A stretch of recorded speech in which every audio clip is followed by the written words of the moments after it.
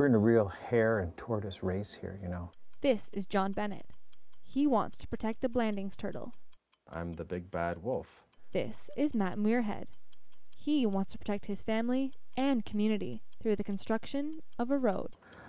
We're hoping that in the end the tortoise will win, but it's trying to outrun a hare that's got $47 million of federal money and political indifference behind it. Well, I'm not a big bad wolf. I'm a father of 3 kids, and I care about my community. So I want to see the best done, and I also want to see the best done for the environment, despite what Mr. Bennett might have you believe.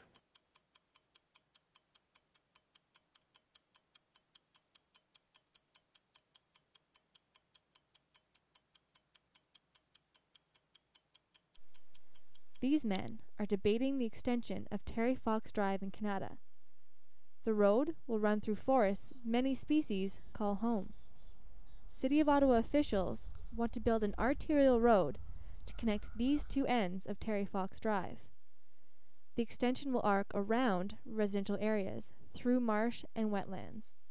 Environmentalists are upset because the road will destroy habitat for endangered species, such as the Blandings turtle.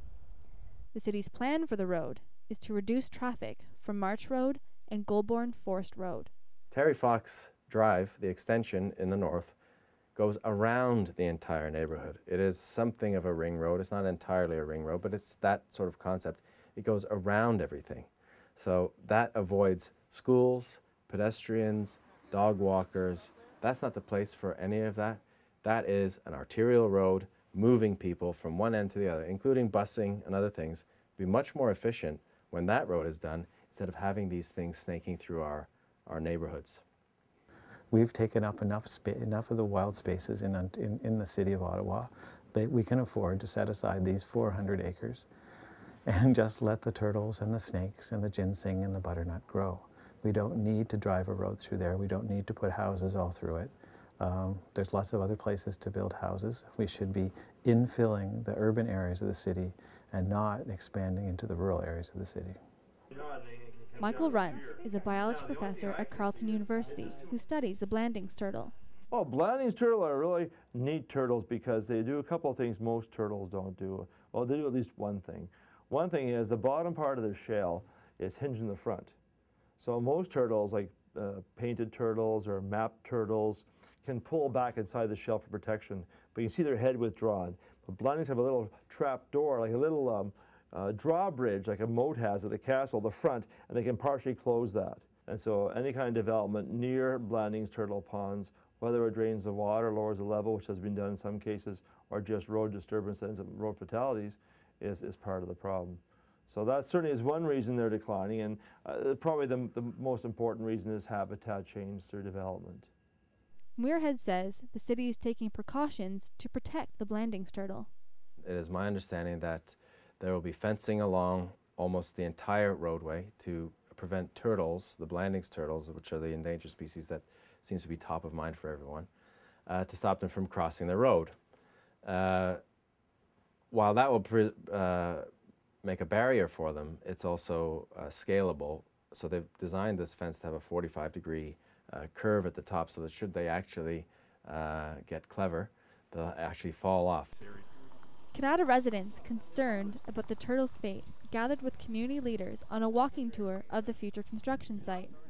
Leading the walk was Gordon Henderson, the Beaverbrook Community Association president. The Sierra Club did everybody a favor and they brought a dead issue back to life because this was really put to bed around 2006 after an Ontario Municipal Board, it's called the OMB decision, favored the development of the whole area. Everybody just went away and said, oh, well, we lost that one. You know, when somebody points at the community here and says, NIMBY, right, not in my backyard, perhaps we're guilty of that. But in all fairness, we pointed out that there was a jewel that we had here, an ecological jewel. Henderson hosted a debate on the issue. Speaking at the debate were Muirhead and Bennett. I believe the Citizen article was identifying the Blandings turtle was identified endangered in 2007. Canada North councillor Marianne Wilkinson was at the debate to support Muirhead. it's a tricky area to work with, but it will get done. If it gets delayed, all it's going to do is take longer, and if it takes longer, after March 31st, 2011, we don't get the provincial and federal money. So it's going to cost the taxpayers of Ottawa more money if they delay it. But the road's still going to come, so it's actually in our interest to say, yes, do the mitigation measures to help the wildlife and the endangered species, but let's not hold up the whole project while you're studying it to death. I can't stress enough, this road was needed 10 years ago. It has been on the books for 20, 30, 40 years schematically. It's something we need. We needed yesterday. So to have it started now, we're really excited about it. I think it's a really positive thing. It's unfortunate that it's come to this sort of argumentative, combative situation with an outsider coming in trying to prescribe what he thinks is best for us. It's an 11th hour, last-ditched attempt by them, I believe. I live here. Mr. Bennett and many of the members that he's had sign his petition don't even live in our province, let alone our city. But Bennett is worried this project will be too destructive down the road. So it's a beautiful, beautiful area, and it should be preserved, and it shouldn't be so hard to preserve beautiful areas, and it shouldn't be so hard to preserve endangered species.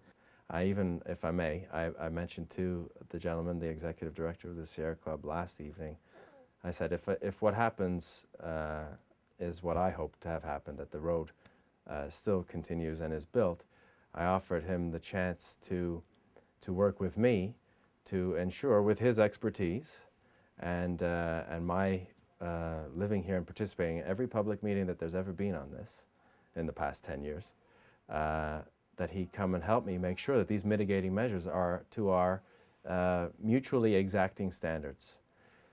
That offer was not, at least not warmly received yet. That is my hope, is to have partnership with the people who care about the turtle and the wildlife, because despite the fact I want the road, I too care about the wildlife and the habitat.